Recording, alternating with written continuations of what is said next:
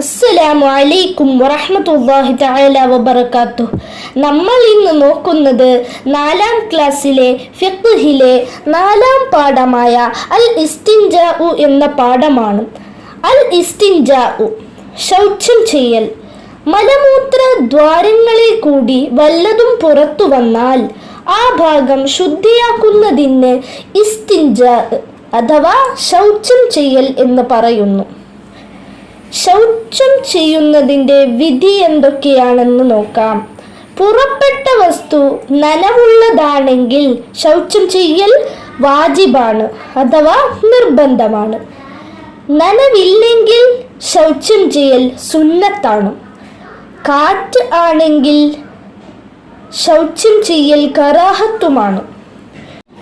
ഇനി ശൗചം ചെയ്യേണ്ട വസ്തുക്കൾ ഏതൊക്കെയാണെന്ന് നോക്കാം. ത്വഹൂറായ വെള്ളം, നജസിനെ വലിച്ചെടുക്കുന്ന ശുദ്ധിയുള്ള കല്ല്, ടിഷ്യൂ പേപ്പർ പോലെയുള്ളവ ശൗചം ചെയ്യേണ്ട വസ്തുക്കളാണ്. ഇനി ശൗചം ചെയ്യൽ ഹറാമായ വസ്തുക്കൾ ഏതെല്ലാമെന്ന് നോക്കാം. ബഹുമാനിക്കപ്പെടുന്ന വസ്തുക്കൾ, ഭക്ഷ്യവസ്തുക്കൾ, എല്ല് എന്നിവ കൊണ്ട് ശൗചം ചെയ്യൽ ഹറാമാണ്. വെള്ളം കൊണ്ട് ശൗചം ചെയ്യുമ്പോൾ നജസ് പോയിട്ടുണ്ടെന്ന മികച്ച ധാരണ ഉണ്ടാവണം. ടിഷ്യൂ പേപ്പർ, കല്ല് പോലെയുള്ളവ കൊണ്ട് മുഴുവൻ സ്ഥലവും 3 പ്രാവശ്യം തടവണം. എന്നിട്ടും ശുദ്ധിയായിട്ടില്ലെങ്കിൽ ശുദ്ധിയാകുന്നത് വരെ തടവേണ്ടതാണ്. തടവുന്നത് ഒറ്റയാക്കൽ സുന്നത്താണ്. നജസ് ഉണങ്ങിയിട്ടുണ്ടെങ്കിൽ വെള്ളം കൊണ്ട് മാത്രമേ ഇസ്തിൻജാ പറ്റുകയുള്ളൂ. കാരണമില്ലാതെ വലതു കൈകൊണ്ട് ശൗചം ചെയ്യൽ കറാഹത്ത് ആകുന്നു. ഇസ്തിൻജാഇന്റെ ശേഷം ചൊല്ലൽ സുന്നത്തുള്ളത് അല്ലാഹുമ്മ ത്വഹിർ ഖൽബി മിനൻ നിഫാഖി വഹസ്സിൻ ഫർജി മിനൽ ഫവാഹിഷ്. അല്ലാഹുവേ, എൻ്റെ ഹൃദയം കാപട്യത്തിൽ നിന്ന് ശുദ്ധിയാക്കുകയും ഗുഹ്യസ്ഥാനം നീച്ച പ്രവൃത്തികളിൽ നിന്ന് സംരക്ഷിക്കുകയും ചെയ്യണമേ. ഇനി തദ്രീബാത്ത് നോക്കാം. 1. ഉത്തരം എഴുതാം. 1. ഇസ്തിൻജാ എന്നാൽ എന്ത്?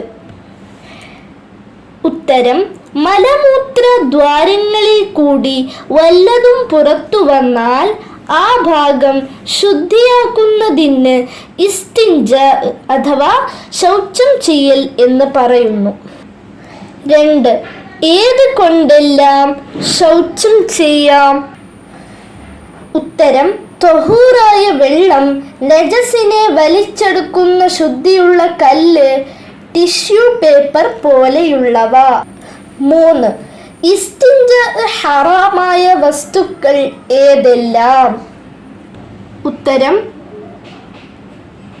ബഹുമാനിക്കപ്പെട്ട വസ്തുക്കൾ, ഭക്ഷ്യവസ്തു, എല്ല്.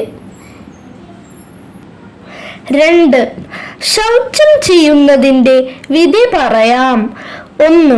പുറപ്പെടുന്ന വസ്തു കാറ്റ് ആണെങ്കിൽ ശൗചം ചെയ്യുന്നതിൻ്റെ വിധി കറാഹത്താണ്. 2. നനവുള്ള നജസ് ആണെങ്കിൽ ശൗചം ചെയ്യൽ നിർബന്ധമാണ്. നനവില്ലെങ്കിൽ ശൗചം ചെയ്യൽ സുന്നത്താണ്. 4. ഭക്ഷ്യവസ്തു കൊണ്ട് ശൗചം ചെയ്യൽ ഹറാമാണ്. 5. വലതു കൈകൊണ്ട് ശൗചം ചെയ്യൽ കറാഹത്താണ്. 3. വ്യക്തമാക്കാം. 1. വെള്ളം എങ്ങനെയുള്ളതായിരിക്കണം? ഉത്തരം: ത്വഹൂറായ വെള്ളമായിരിക്കണം. 2. കല്ല്, ടിഷ്യൂ പേപ്പർ എങ്ങനെയുള്ളവ ആയിരിക്കണം? ഉത്തരം: നജസിനെ വലിച്ചെടുക്കുന്ന ശുദ്ധിയുള്ള കല്ല്, ടിഷ്യൂ പേപ്പർ പോലെയുള്ളവ. 3. വെള്ളം കൊണ്ട് മാത്രമേ ഇസ്തിൻജാ പറ്റുകയുള്ളൂ. എപ്പോൾ?